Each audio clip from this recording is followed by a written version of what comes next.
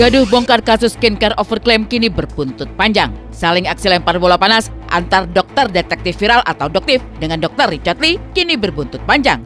Tawaran berdebat Dr. Richard di sejumlah platform dijawab dengan lapor polisi oleh doktif dan memilih berdebat di pengadilan. Menurutnya, dokter selebriti yang membangun bisnis skincare raksasa ini telah merugikan masyarakat. Padahal dari segi izin saja bermasalah. Hal ini dibantah mentah-mentah oleh Dr. Richard. Surat izin praktek saya sama Dr. Richard Lee berlaku sampai dengan 11 Oktober 2025. Sesuai tanggal kelahiran ya? Bang, ini yang aku ngomong Bang. Hati-hati dalam kita memberikan statement. Diam itu bukan artinya saya salah Bang. Saya tidak mau punya konflik. Ini bisa buat masalah hukum Bang. Masih berlangsung perseteruan panas dengan doktif. Yang terbaru Dr. Richard seolah mendapat combo dengan munculnya Badan Peneliti Independen Kekayaan Penyelenggara Negara dan Pengawas Anggaran Republik Indonesia. Badan independen yang disingkat BPI-KPNPA-RI ini bahkan langsung melaporkan temuan BPOM ke Barreskrim Polri.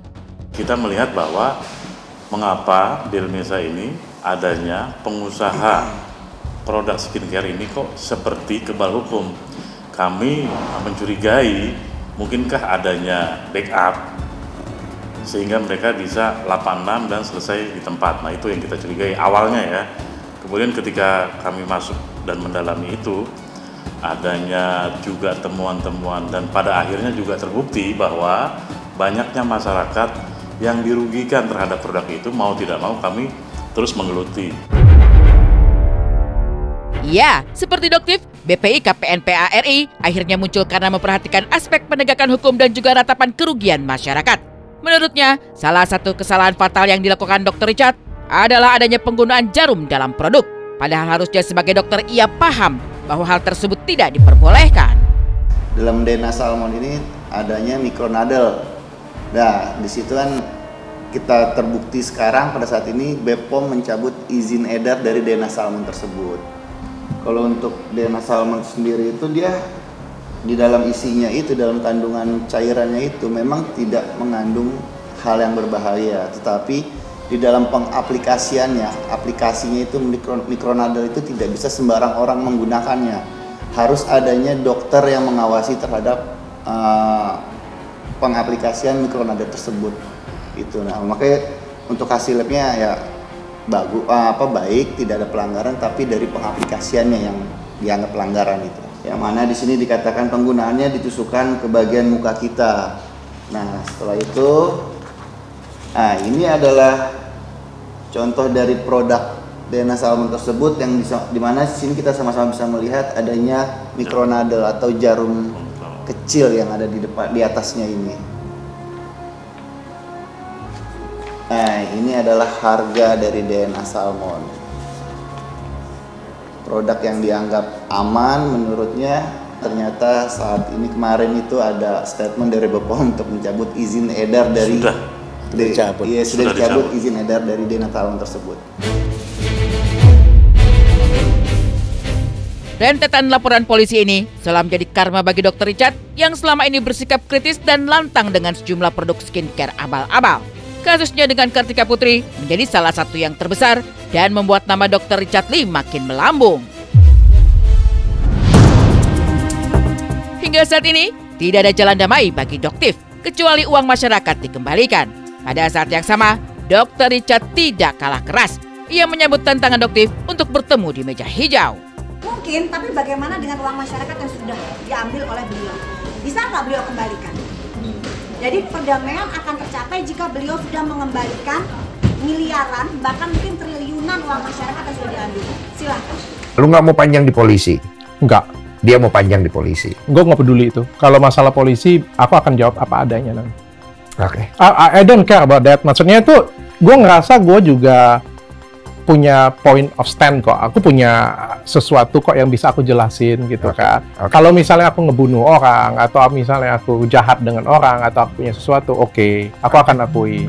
Tapi kalau misalnya kita juga sama-sama tahu Bang, kalau misalnya kita benar-benar jualan merkuri, gue salah.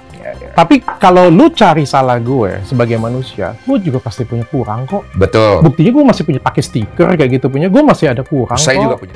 Udah cepetan tobat, udah gitu aja. cepetan tobat, nanti keburu banyak sidang nih dihadepin ya. Udah cepetan tobat, nggak usah pakai yang namanya sibuk sama buzzer, nggak usah ya. Cepetan tobat aja. Doktif, hati-hati dalam memberikan statement. Aku sering lihat Doktif terburu-buru memberikan statement tanpa data.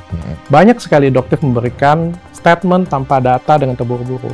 Hati-hati Doktif, karena kita ini ada undang-undang ITE. Saya sebagai sejawat, saya tuh sayang sekali dengan Doktif. Dan saya nggak pengen Doktif sampai punya masalah hukum. Sementara itu, reaksi pun berdatangan dari kalangan selebriti.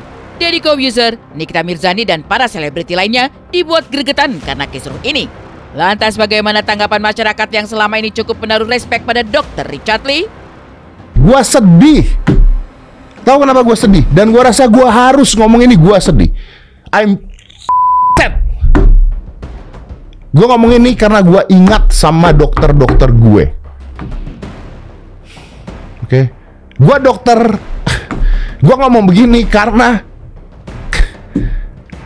ada dokter yang pamer inilah, pamer itulah, pamer saya jualan live 1 miliar. Dokter flexing rumah. Kalau ente Atta Halilintar, Haji Andre nggak apa-apa flexing rumah. Raffi Ahmad lu nggak apa-apa flexing rumah. Dokter flexing rumah. Terus lu beli produknya. Dari mana bangun rumah tersebut? Kalau bisa sih jangan pakai merkuri ya, karena udah banyak korbannya juga yang kulitnya sampai melepuh, bahkan ada yang hitam ya. Iya betul. Semoga bahannya lebih aman lagi ke depannya. Iya. Kalau bikin skincare lah, biar kita beli ya. Iya. Sekarang tuh kayak kaget aja nggak sih produk dari dokter, tapi mereka tuh juga ada hydroquinone atau apalagi yang etiket-etiket biru juga. Jadi menurut aku dasarnya tuh ya dari Badan POM dulu aja sih, karena mereka yang legalitasnya paling tinggi lah kayak gitu. Itu juga kalau untuk edukasinya untuk masyarakat ya saat ini kan sudah modern, itu bisa browsing terlebih dahulu. Ketika ingin membeli sebuah produk itu dipelajari dulu terkait profil perusahaan dan ingredient atau bahan baku yang digunakan sih, biasanya itu tertera di produknya juga kan Kak. Tolong fokus lagi dok ke Heni Sagara, karena asal mulanya dari pabrik Biala tuh ya, skincare abal-abal, Overclaim, Mercury, hidrokinon semua berasal dari dia. Dan asal kalian tahu ya, Heni Sagara itu izin praktek apotekernya sudah dicabut dan dia sudah ditetapkan menjadi tersangka di tahun 2023. Merdeka. Kalau misalnya yang dilebih-lebihin tuh mungkin kan sesuai konsep mereka gitu ya. Cuman itu lagi balik lagi ke kita, balik lagi ke konsumen, balik lagi ke diri sendiri. Kira-kira aman gak skincare yang bakal dipakai gitu. Kan namanya kita kalau misalnya belum nyoba kan belum tahu nih hasilnya. Kita juga bisa lihat review-review dari orang-orang yang pernah pakai gitu. Biasanya orang-orang yang pernah pakai tuh dia akan lihatin sih proses pertama dia pakai skincare sampai berapa bulan, misalnya sampai berapa minggu gitu, nanti bisa di compare gitu. Jadi ya pinter-pinter kita aja sih milih skincare mana yang aman buat kita pastinya gitu.